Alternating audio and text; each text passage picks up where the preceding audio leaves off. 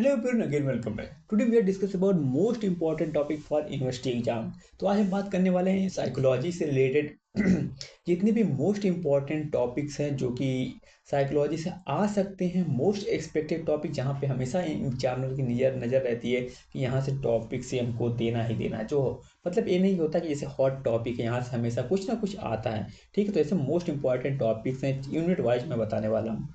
तो इसके अलावा यार एक रिक्वेस्ट है, अगर अभी तक चैनल को सब्सक्राइब नहीं किया तो प्लीज़ सब्सक्राइब कर लो, क्योंकि हमने अभी तक आपका फर्स्ट सेमेस्टर जो है कम्प्लीटली लगभग करवा दिया है। कुछ टॉपिक्स बचे हैं, कुछ चैप्टर जो एनाटॉमी फिजियोलॉजी में बचे हैं, मैं एग्ज़ाम से पहले पहले वो कंप्लीट करवा दूंगा। ठीक है, तो इसके अलावा जो है हमने जो एक टेलीग्राम चैनल का लिंक जो नीचे डिस्क्रिप्शन में दे रखा है, ठीक है, तो वहाँ से जाके आप टेलीग्राम चैनल ज्वाइन कर सकते हो। वहाँ पे बहुत सारे प्रीवियस ईयर यूनिवर्सिटी एग्जाम के पेपर पड़े हुए हैं। इसके अलावा थर्ड सेम के भी वहाँ पे एग्जाम के पेपर पड़े हैं। बहुत सारी ई बुक्स पड़ी हैं वहाँ पे, जाके आप गो थ्रू कर सकते हैं। इसके अलावा बहुत सारे ऐसे कंटेंट मैंने डाल रखे हैं जो आपके क्लिनिकल में भी काम आने वाले हैं। ठीक है, तो वहाँ से आप जाके उसको गो थ्रू कर सकते हो। इसके अलावा डिस्कशन ग्रुप में भी है, अगर कोई भी डाउट हो, कोई भी प्रॉब्लम आ रही हो, तो वहाँ पे जाके आप पूछ सकते हो। इसके अलावा डायरेक्ट कमेंट करके पूछ सकते हो। मैं पूरी कोशिश करता हूँ सारे आपके डाउट क्लियर कर सकूँ। ठीक है, तो चलिए देर न करते हुए स्टार्ट कर लेते हैं। साइकोलॉजी से रिलेटेड जो भी टॉपिक्स हैं, सबसे पहले आता है आपका unit number 1, introduction of psychology. ठीक है, इसमें अगर बात करें डेवलपमेंट ऑफ साइकोलॉजी, इसमें scope, branches and method of psychology. इसमें मोस्ट इंपॉर्टेंट अगर बात करें तो स्कोप जो है मोस्ट इंपॉर्टेंट है।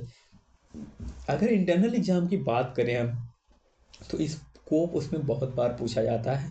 ठीक है, इसके अलावा जो है significance of psychology in nursing, ये दो topic, scope and significance of psychology in nursing, ये दोनों टॉपिक बहुत ही ज़्यादा इंपॉर्टेंट है फर्स्ट यूनिट से।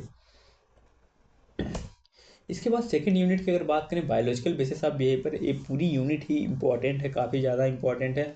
बट इसमें से कभी भी लॉन्ग क्वेश्चन नहीं आता, जब भी आता 5 नंबर या 2 नंबर में आता है। ठीक है, इसमें अगर बात करें body mind relationship, genetic and behaviours, इसके अलावा inheritance of behaviour and brain and behaviour and psychology and sensation.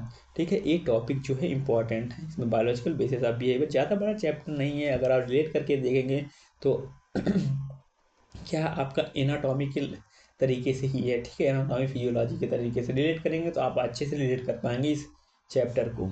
ठीक है, इसके अलावा बात करें अगर हम यूनिट नंबर 3 की मेंटल हेल्थ एंड हाइजीन, इसमें क्या concept of mental health and hygiene, इसमें जो डिफिनीसन है ये काफ़ी ज़्यादा मोस्ट इम्पॉर्टेंट है। इसमें क्या होता है कि अगर आप जब भी डिफिनीसन लिखते हो, कोई भी टॉपिक आता है, कोई भी क्वेश्चन पूछा है, सबसे पहले उसका इंट्रो लिखोगे, फिर उसका डिफिनीसन लिखो। डिफिनीसन जब भी लिखो तो तुम्हें कम से कम 2 डिफिनीसन लिखना। ठीक है, अगर नहीं आ रही डिफिनीसन तो उसमें क्या करोगे, 1-2 पॉइंट जो है दूसरी वाली डिफिनीसन में और 1-2 जो पॉइंट है पहली वाली डिफिनीसन में डिफरेंट कर देना। पर ठीक है, डिफरेंट करके 2 डिफिनेशन बना सकते हो तुम। ठीक, इसके अलावा जो ऑथर होते हैं, जो सोशियोलॉजी और साइकोलॉजी में कई सारे ऐसे हैं जो सेम हैं। ठीक है, तो उसमें क्या कर सकते हो कि दोनों को, चाहे तो सोशियो या साइको में कुछ भी लिख देना। अगर ना आ रहा हो तब, अगर आ रहा हो तो ठीक ठीक लिखना। ठीक है, मैं बता रहा हूँ। इसके अलावा क्या है, defence mechanism and it's implication. ठीक है, ये भी इंपॉर्टेंट टॉपिक है। इसके अलावा फ्रस्ट्रेशन एंड कॉन्फ्लिक्ट, कॉन्फ्लिक्ट जो है बहुत ज़्यादा इंपॉर्टेंट है। ये क्या अगर साइकोलॉजी और सोशियोलॉजी दोनों के बेसिस पे कॉन्फ्लिक्ट दोनों में पढ़ लेना। अलग अलग दोनों का टॉपिक क्या होता है, मिक्स हो जाता है कई बार। सोशियोलॉजी में कॉन्फ्लिक्ट दूसरे कुछ और दिया हुआ है और साइको में कुछ और दिया है। ठीक है, दोनों को अलग अलग पढ़ लेना। ठीक है, इसके अलावा बात करें अगर यूनिट नंबर 4 की डेवलपमेंटल साइकोलॉजी की अगर बात करें हम, तो इसमें क्या है, psychological needs of various group in health and the sickness and infancy, in childhood and adult and adulthood and older adult. इसमें क्या है कि मतलब एक ही टॉपिक इम्पॉर्टेंट है इसमें, यही वाला। इसके अलावा डेवलपमेंटल साइकोलॉजी से ज़्यादा कुछ इम्पॉर्टेंट नहीं है। ठीक है, तो आगे चलते हैं हम। इसके अलावा जो भी थ्योरीज दी हुई है सिलेबस में, आपकी थ्योरी नहीं है, 1-2 थ्योरी ही है केवल। ठीक है, ज़्यादा थ्योरी पे भागने की ज़रूरत नहीं है, ज़्यादा उसके थ्योरीज के पीछे परेशान होने की ज़रूरत नहीं है। इसके बाद आता है आपका यूनिट नंबर 5 जो कि पर्सनालिटी, ये मोस्ट इंपॉर्टेंट यूनिट है। यहाँ से क्वेश्चन कई बार आते हैं। अगर इंटरनल की बात करें, वहाँ भी हर बार अगर पर्सनालिटी चैप्टर दिया है तो उसमें से पूछा जाता है क्वेश्चन। ठीक है, इसके अलावा अगर यूनिवर्सिटी की एग्जाम की बात करें तो हर बार पर्सनालिटी से अच्छा क्वेश्चन आता है। 5 नंबर में आता है या 10 नंबर में भी आ जाता है पर्सनालिटी से क्वेश्चन। ठीक है, सबसे पहले क्या मीनिंग डिफिनेशन ऑफ पर्सनालिटी, ठीक है, जब भी लिखोगे 2 डेफिनेशन लिखोगे, पहले ही बता दिया है। इसके अलावा क्लासिफिकेशन ऑफ पर्सनालिटी, इसके अलावा क्या है, measurement and evolution of personality, ये भी काफ़ी ज़्यादा इंपॉर्टेंट टॉपिक है। इसके अलावा अल्ट्रेशन इन पर्सनालिटी, अल्ट्रेशन जो शायद उनमें 7 या 11 पॉइंट दिए हुए हैं, मुझे ठीक से याद नहीं आ रहा अभी, लेकिन अल्ट्रेशन इन पर्सनालिटी में जो भी अलग अलग पॉइंट्स दिए हुए हैं, उसको अलग अलग पॉइंट्स का एमसीक्यू में क्वेश्चन आ जाता है। ठीक है, उन पॉइंट को ढंग से पढ़ लेना। ठीक है, इसके बताऊँ आगे चलते हैं। Cognitive process most important unit है, काफ़ी लंबी यूनिट है। यहाँ से जब भी आता है बड़ा लॉन्ग क्वेश्चन आता है, 10 नंबर में क्वेश्चन आता है, 10 नंबर या 5 नंबर में क्वेश्चन यहाँ से तो पक्का है। इसमें सबसे पहले क्या, अटेंशन, अटेंशन की बात करें, इसमें डिफिनेशन एंड इट्स टाइप्स, इसके बाद परसेप्शन है, प्रिंसिपल्स फैक्टर अफेक्टिंग परसेप्शन, इसके बाद इंटेलिजेंस, इसमें क्या क्लासिफिकेशन, इंटेलिजेंस टेस्ट ठीक से पढ़ लेना। ठीक है, क्योंकि एमसीक्यू में या कभी कभी 5 नंबर में क्वेश्चन आ जाता है इंटेलिजेंस टेस्ट केवल अकेला ही। इसमें क्या है, मेंटल डिफिशियंसीज, इसके अलावा फिर क्या, लर्निंग, लर्निंग में क्या, types of learning, factor influencing learning and learning process. ठीक है, यहाँ से एक लर्निंग से क्वेश्चन आएगा, जब भी आएगा तब भी यहाँ से ही आएगा।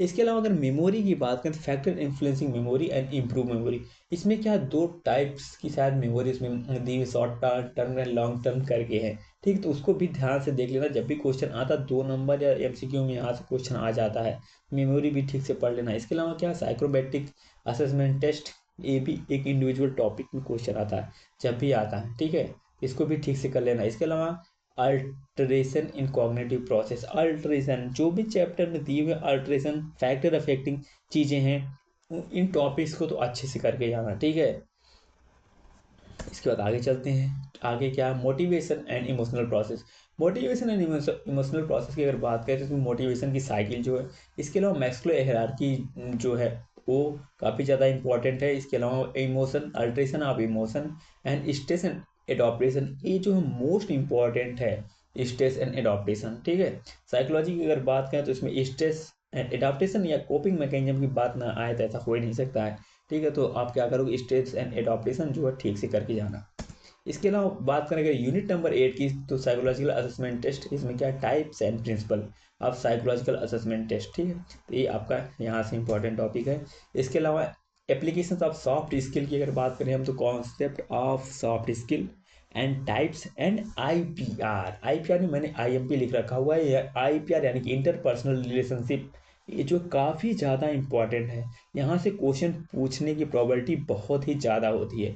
ठीक है, तो आप आईपीआर जो है करके ही जाना। ठीक है, आईपीआर इंटरपर्सनल रिलेशनशिप, इसके अलावा आपकी जो कम्युनिकेशन इंग्लिश है, अगर आपका मे बी यूनिवर्सिटी एग्जाम के बाद एक और अगर इंटरनल लेना चाहें तो उसमें के लिए भी एक काफ़ी ज़्यादा इंपॉर्टेंट टॉपिक है, उसको करके जाना ठीक से। इसके अलावा सर्वाइवल स्ट्रेटजीज हैं, यहाँ से भी क्वेश्चन आ सकता है। लास्ट में जो है आपका सेल्फ एम्पावरमेंट, इसमें सेल्फ एम्पावरमेंट डेवलपमेंट टॉपिक, इसके अलावा जो importance of women empowerment in society, इसमें ये मोस्ट इम्पॉर्टेंट है। ठीक है, importance of women empowerment in society, जब भी क्वेश्चन आता है अगर सेल्फ एम्पावरमेंट से, तो आपका जो वुमेन एम्पावरमेंट इन सोसाइटी है, यहाँ से क्वेश्चन जरूर आएगा। ठीक है, इसके अलावा personal equity and personal grooming, ये भी थोड़ा इंपॉर्टेंट टॉपिक है, यहाँ से भी क्वेश्चन आ सकता है। ठीक है, तो इसको आप ठीक से करके जाना। ठीक है, तो ये पूरा 9 यूनिट है, 9 यूनिट के अकॉर्डिंग मैंने सब कुछ एक एक टॉपिक बता दिया कौन सा इंपॉर्टेंट है। आप इन टॉपिक्स को कर लोगे तो भी आप अच्छा करोगे, अगर अभी तक आपने कुछ भी नहीं पढ़ा है तो। ठीक है, बाकी आप क्या है कि फर्स्ट सेमेस्टर में क्या होता है कि केवल टाइम मैनेजमेंट का बहुत बड़ा रोल है। आप यहाँ पे साइकोलॉजी सोशियोलॉजी का पेपर एक साथ होता है, जब साइकोलॉजी सोशियोलॉजी दोनों ही ब्रॉड टॉपिक्स हैं, और क्या होता है कि इनमें बहुत ज़्यादा ही लिखना होता है। ठीक है, तो इस बात का ध्यान रखना, हमेशा कोशिश करना कि 130 मिनट, अगर साइकोलॉजी पहले कर रहे हो तो 130 मिनट की कोशिश करना, एक नज़र तो घड़ी पे रखना ही, मुझे 130 में कंप्लीट करना, तभी अगला कंप्लीट कर पाओगे। नहीं तो एक भी क्वेश्चन छूट जाता है तो फिर बहुत ज़्यादा मुश्किल हो जाती है। कोशिश करना सारे क्वेश्चन अटेम्प्ट करना है, एमसीक्यू सबसे पहले करना, क्योंकि मार्क्स गेनिंग जो होते हैं आपके एमसीक्यूज ही होते हैं, सबसे पहले एमसीक्यू।